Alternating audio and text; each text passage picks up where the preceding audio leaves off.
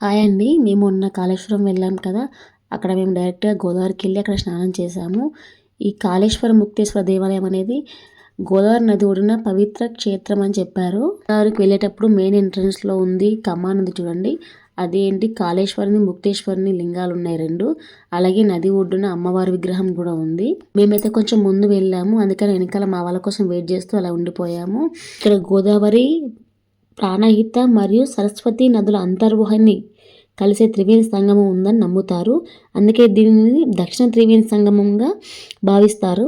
అందరం కలిసి వెళ్ళాము.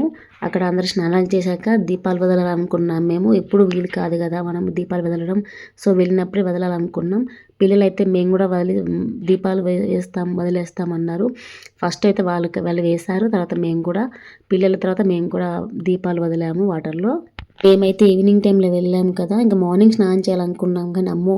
ఇప్పుడే ఇంత చల్లగా ఉన్నాయి. ఇంకా మార్నింగ్ ఎంత చల్లగా ఉంటాయో అనుకున్నట్టుగా ఇంక ఈవినింగ్‌కి అందరూ స్నానాలు చేసాము. ఇంక దీపాలు కూడా వదిలాము అందరం కలిసి. పిల్లలైతే వాటర్‌లో చాలా సేపు ఆడుకున్నారు. ఇంకా నాకైతే జలుబయింది. స్నానం చేసేసరికి. నది ఒడ్డున అమ్మవారు ఉంది కదా! ఇంక అక్కడ కొబ్బరికాయ కొట్టేసి అందరం కలిసి కొబ్బరికాయలు కొట్టాము. మా అత్తమ్మ తను కూడా దీపం పెట్టింది దేవుడి దగ్గర. వాటర్ అయితే ఫ్రెష్‌గానే ఉన్నాయి కానీ కొంచెం చల్లగా ఉన్నాయి. బట్ అయినా స్నానం చేశాము. ఇంకా మా పెద్దవదిన అయితే కొబ్బరికాయ కొడితే పువ్వు వచ్చిందని చెప్పేసి మా పాప తొంగి తొంగి చూస్తుంది.